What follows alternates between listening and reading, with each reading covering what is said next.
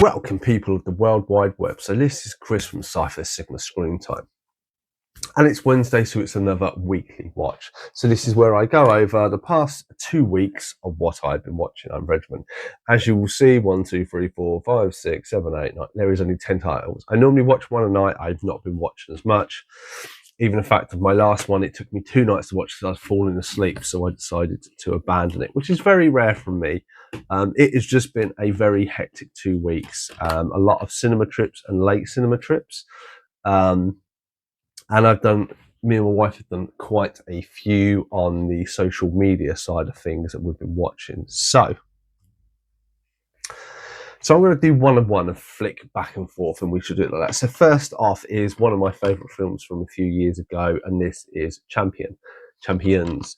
Didn't realise at the time when this came out, this was actually a remake of a Spanish movie, and basically they gave the rights to this American company, maybe it's Sony or that. I can't quite remember who produced it. Anyway, but they gave the rights on 2 bases. One, that they didn't change the ending, and B, that they would actually include actors and actresses that have Down syndrome or conditions like that. And they did that. And this is a lovely, heartfelt movie. It makes you laugh. It makes you cry. Woody Harrelson shines. To me, it is kind of a modern day Mighty Ducks film, but not quite a Ducks film because it doesn't follow the line, but it's got the overall feeling of it, and I absolutely adore it. I'm glad I've got it in my collection. Quite a hard one I seem to have tracked down. My wife bought me this a little while ago, and then it went missing. So we start off on the first one there. So the next one is a Netflix series, and it is called Ripple. So this I started to watch for certain reasons. My wife wasn't getting into it, didn't watch it. I watched it by myself, and it is essentially 6 people in New York and how their lives interact with each other. You have a bar owner, you have a kind of record producer, musician who's kind of quit her job or been made redundant. You have this woman that deals with depression, trying to get pregnant and become a musician. And then you have this old guy that unfortunately loses his wife. And the bar owner, he has cancer. It is their 4 lives, how they kind of interact with each other. Not only that, it's interacting with the world of New York around them. And for almost the whole of it, I really thoroughly enjoyed this series. It's very clever. Each episode is all linked by one specific thing, and it's very clever. Like, you have like the burst drain, and you have this incident where you will meet like a different character part of the way through it, and he is a maintenance man for the water pipes in New York. He is trying to find this leak. He does not find the leak, and in between trying to find it, he gets a phone call from his wife that he's pregnant. He runs off. What happens is the pipe fully bursts, and then that affects basically the building. The old guy who's lost his wife in, he has no water. He leaves it. He ends up going to the bar and interacting with other people. As the owner of the bar, he's getting some of his treatment for his cancer. He's at the hospital. He meets the guy who's left, bumps into him. It's like, oh, congratulations. And we never see that maintenance guy again. And that's kind of how it goes with all these there are a few other little people, and it is very clever. The thing that I thought it was a standalone 8-episode series, and by the time I got to 7, it was very relevant that the story wasn't going to be tied up or it's going to be so rushed. Turns out it's not. It's been renewed for a second series, as far as I can tell, from Netflix. Really looking forward to that. Really looking forward to how they go. The characters, I really kind of connect with all of them on certain levels and stuff, and it's really, really great series to watch. I'll say not for everybody, but I really enjoy it, and it's kind of refreshed to have not only an idea that it's not necessarily unique, but I think it's done so well in this one. And obviously there are a lot of characters dealing with a lot of different things. And there is the cancer guy that his episode 7 has to deal with something quite harsh that you kind of see coming. Maybe that's part of the reason why it was a bit like, oh. But anyway, that is Ripple.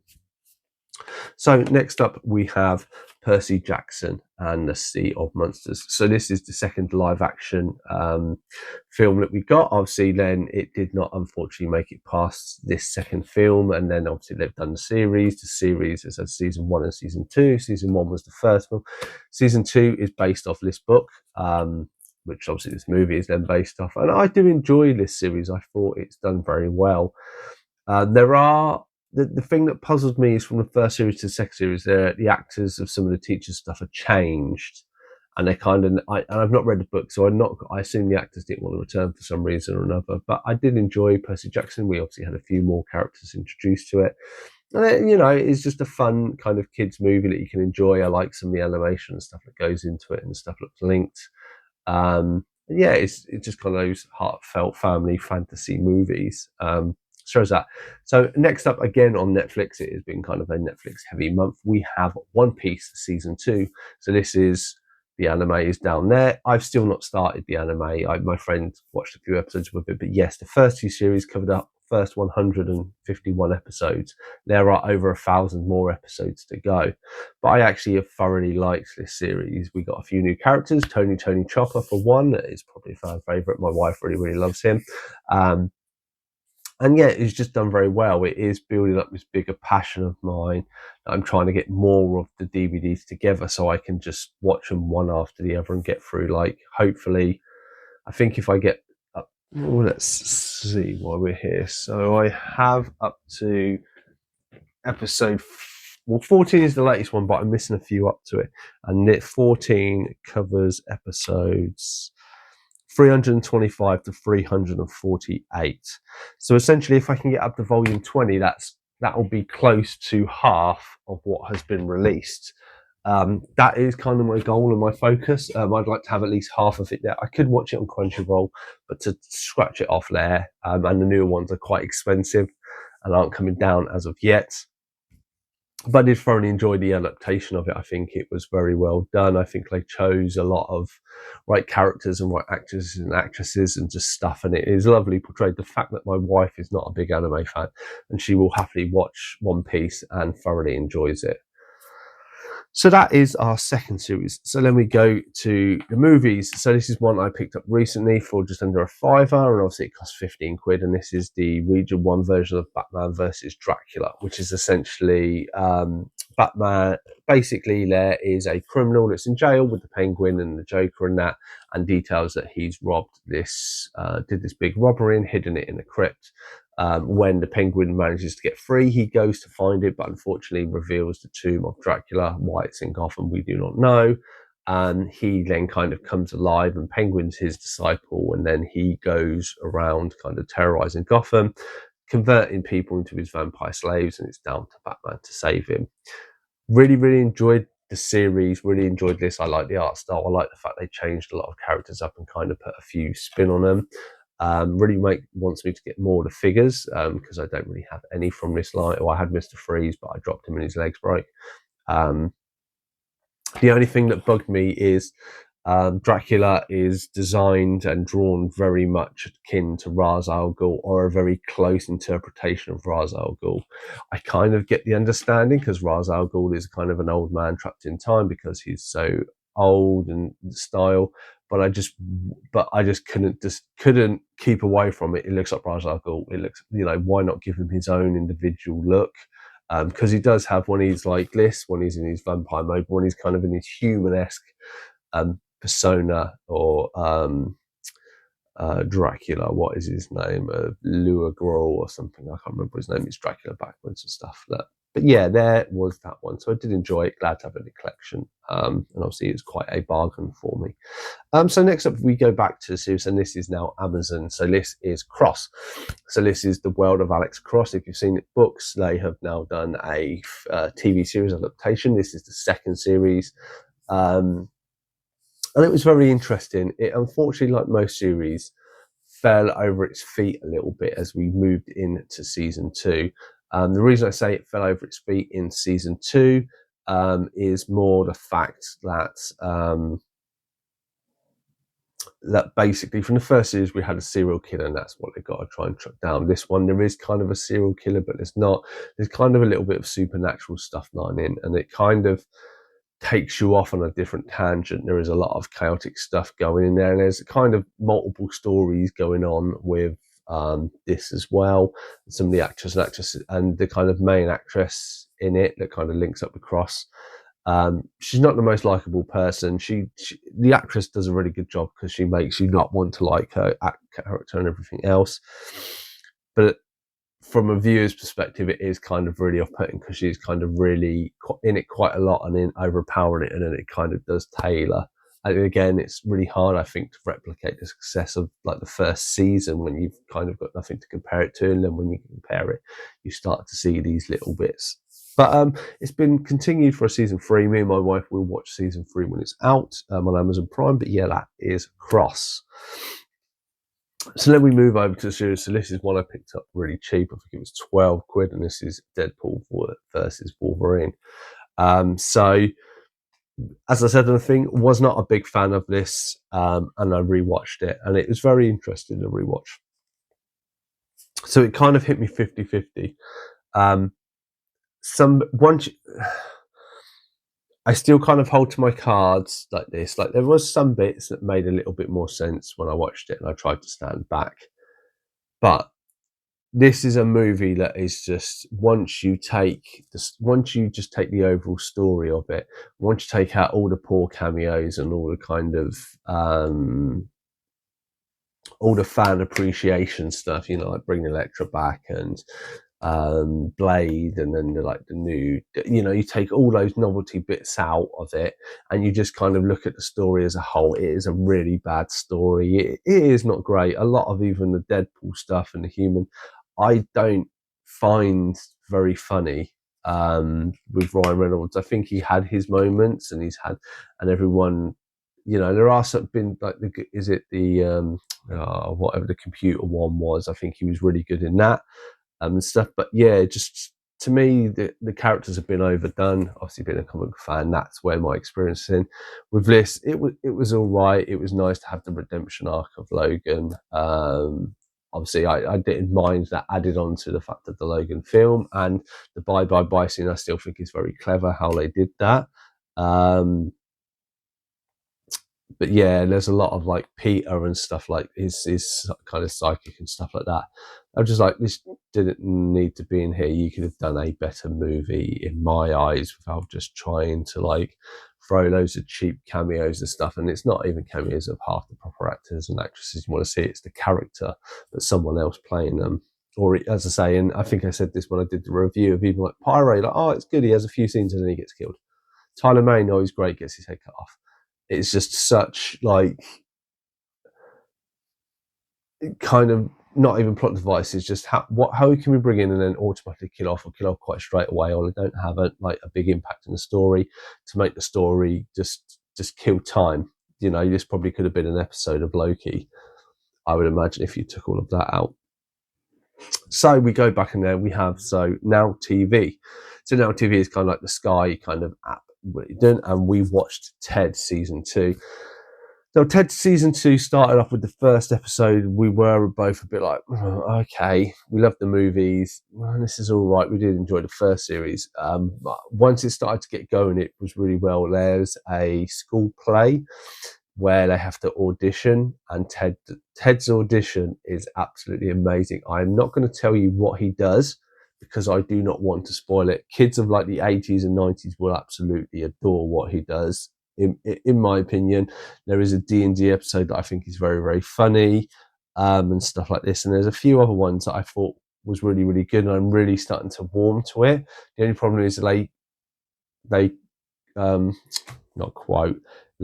leave high school at the kind of end of it, and they have kind of a few months. So I'm not quite sure in the next series, if there is one, it's going to be him in the real world now and not kids. And now I'm kind of thinking he still looks like a kid, John does. And it's like, where having that transition when we spent a few seasons having he's in high school and now he's not in high school. And obviously now when the movies are, to fill that kind of void, it's going to be, I think, a little strange. But who knows? So that is Ted season 2. So doing a lot of season 2s of late. So next up we have Inside Out. Obviously one of the highest ranking movie of 25, was it, when it was released? 24, it says on here. So yeah, the highest grossing movie, I believe, of 2024, made like the best part of 2 billion, 1.5 billion. And it is a really good movie. Again, I enjoyed the story overall all right. Now, once you know stuff, it doesn't necessarily have as much of an impact. But I think the different emotions and the fact the kind of under the surface metaphors of how like kids are quite simple and they have a bit emotion. When you get to teenagers, you have all these other emotions, and that's why they feel like they feel. And I always think that is a clever idea, especially in this day and age when we have people with so many health issues and like mental health issues and stuff. And obviously this stuff needs to be spoken about more, and keeping it in a kind of simplistic way on this, I think, was really, really done really, really well. So let me go back. So we're trying to look for movies, and you will see I have an odd movie that I keep watching. I have in the collection, but I found it. So on Netflix, me and my wife watched Double Jeopardy. Big fan of Ashley Judd. And obviously movies of her starting this time. Obviously you have like she was in Along Come a Spider, and the other one for that, I think, are they Alex Cross films? They might be Alex Cross films, or somebody of Morgan Freeman's character is Alex Cross, or it's something like that. But anyway, it's very clever. Essentially, she and her husband played by Bruce Greenwood, they go on a boat for like kind of a celebration for her.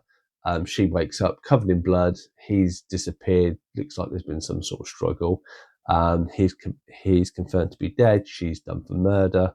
Her son's taken away by kind of the nanny best friends. And then the kid and the nanny kind of disappear when she tries to track them down. She finds them when she's speaking to a little boy. The nanny's kind of very reluctant. He says that his daddy's come in the room, basically revealing that he faked his own death to set up his wife. And then it's kind of reveals that that is who he is. She then is determined to get out of jail. She does legally. Early, she's in like a halfway house. You have Tommy Lee Jones kind of as her parole officer, and then she starts doing silly stuff and then goes on the run. Tommy Lee Jones goes after her, and in the process of this, realizing that actually her innocence and her notion of saying that she's innocent throughout all the way was actually for once for someone very true. I quite like it. I quite like movies of this era and stuff like that, and I quite like how everything kind of revolves around it. So then we go back to the films. So this was a nice one. This is funny. I put this on the day that AJ released his Getting Bored of Watching Back to the Future movies. And to be honest, I really, the Back to the Future has always been quoted as my favourite trilogy. Now, as of this state, I still hold that title. And as a human, I will change and grow, and my opinions will change and grow. But I think because, as you will see in my collection, I have such a vast collection, and I am not one of these people that will rewatch things a lot of time. Like, my favourite movie is The Crow, and I've seen it maybe 6 or 7 times, and the movie's been out 30 years. So if it's been out 30 years, I've watched it 4 times. It's 6, 7 years. I watch it every 6 or 7 years, so to speak. I don't overindulge myself the same way. A lot of these movies I would have watched they're on TV or watched in parts. Never watched, watched them in full, probably 7, 8 times. Because being a kid, I already watched it. But now I've watched it, I will put these away, and I will more than likely not come back to them for a few years, hopefully in a few years' time or something. There may be another event or some reason for me to pull them out to want to rewatch them. But yeah, really enjoy it. Thank you, AJ, for giving me the banging deal on all 3 of these steelbooks. I think they come from the special edition with the flux capacitor dates on the front, not flux capacitor, because that's a bit between, the dashboard dates and stuff. So yeah, and obviously I took out of my other Blu-ray DVD that he'd gifted me, the Sports Almanac book. Only thing with this, I did not get to watch the special effect, the behind the scenes stuff. I have seen a lot of it before. I'm going to damage it. Come on.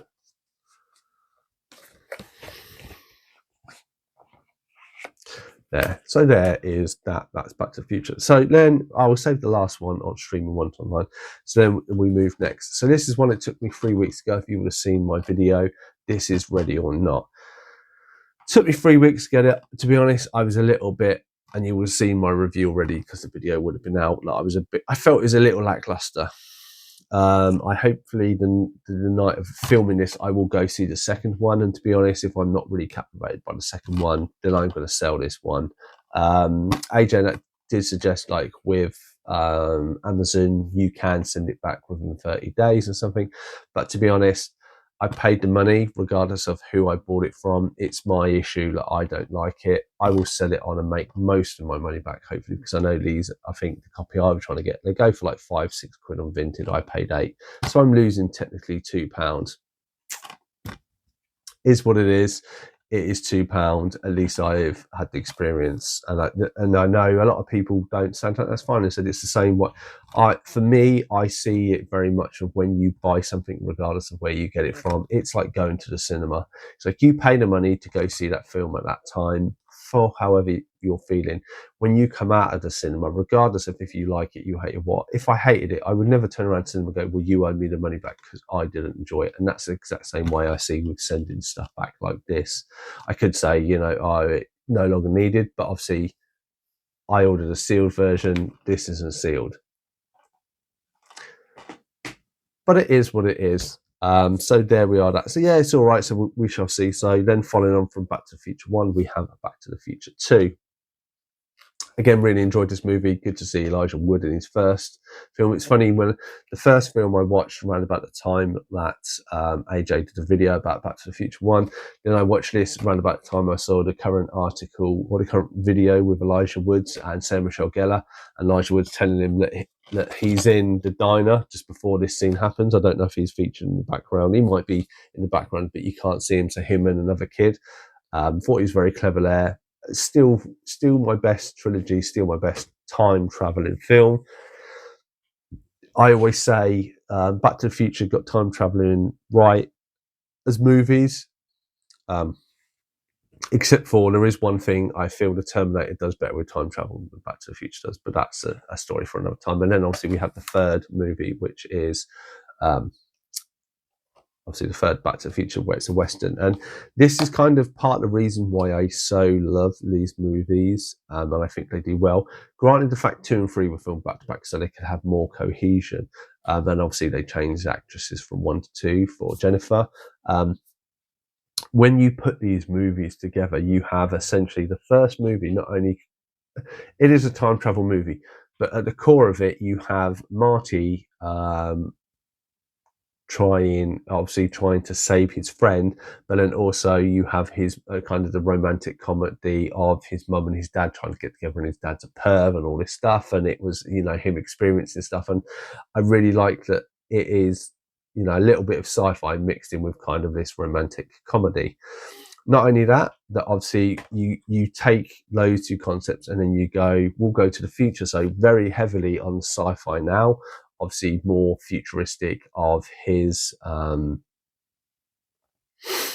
future, his family. But obviously that story is then wrapped up quite early, and then we have all the other bits going on with the alternate world, stuff like this. And Biff Tannen and Biff kind of takes more front and center, even though I think most people recognize it as this bit are still the futuristic Biff and stuff like that, and looks a bit like obviously more now Donald Trump and stuff like this. You have it, and then obviously they've kind of gone romantic comedy, kind of saving yourself, to then let's move Marty to the sides, even though he's front and center here. And 3 is Doc's story, but not only it's a Western, and at the fact you kind of take like a buddy romantic comedy, like a futuristic sci-fi alternate reality, and then we have a Western, are 3 kind of core ideas for movies and genres that are kind of all linked, but are done so really well. And to be honest, rewatching 3, I actually thoroughly enjoyed 3.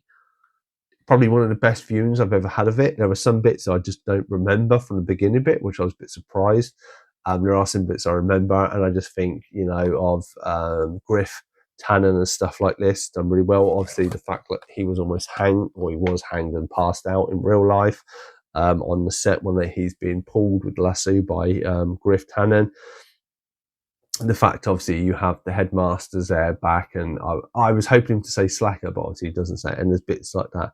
And obviously then you have Clara and Jules and Vern, and how they've then tied it all in. But obviously, apart from the ravines changed names, like a bit like Single Pine and Twin Pine and stuff like this, a lot of these characters don't do much in their world. And obviously Clara Clayton dies and stuff like this, them taking them out and having their own journey works so well. And I really, really love all 3 of them. As I say, it's my favourite trilogy by far. So let me get up to Green Zone. So I bought this thinking it was the one that's duplicated, and AJ will probably be able to tell me in the comments. It was a movie coming out this year that's going to have a sequel. It wasn't Greenwood, it was Green something else. So I'd never seen this before, did have it on DVD, I've now watched it on Steelbook. I did enjoy this. It's obviously due to the former American President Bush, when he invaded Iraq, and obviously it is basically, I assume it's loosely based off true events. It does. So yeah, they're in Baghdad, basically having missions, and they're looking for waste and stuff like this, and they go to all these places and do all these jobs, and then have this big meeting, and basically they found nothing, and they're like, the information's not right.